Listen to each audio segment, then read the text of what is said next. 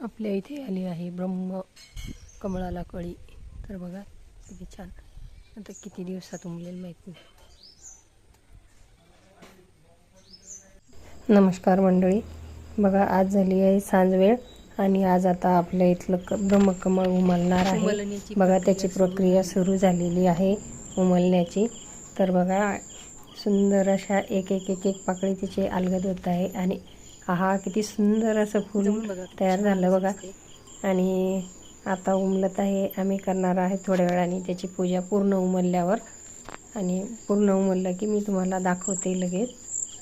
पूर्ण उमलल्यावर खूप मोठं दिसतं, छानपैकी असं दुधिया रंगाचं। आणि बघा आता केली आम्ही पूजा सुरू। किती छान, खरंच भाग्याचं असतं म्हणायला लागेल।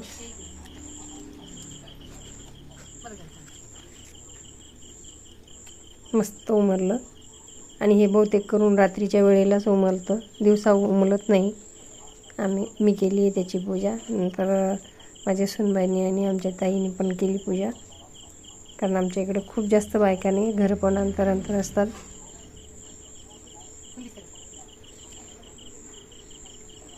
शुभ मानलं जातं ह्या फुलाला। बघा किती सुंदर दिसते।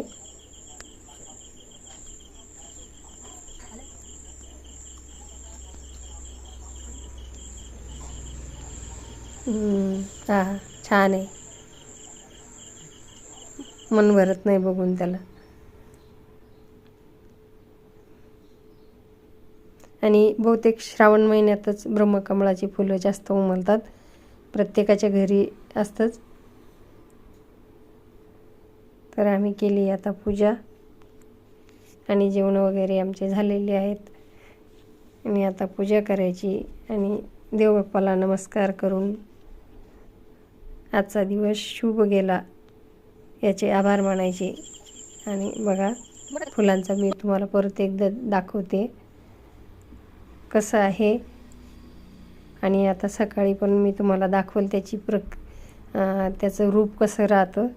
आणि हे बघा आता सकाळ झाली, सकाळचं मी दाखवते रात्री पूजा केलेली। आणि हा आता हे करायला देवाला अर्पण, आपण देवाला 13 तुझको अर्पण करून द्यायचं।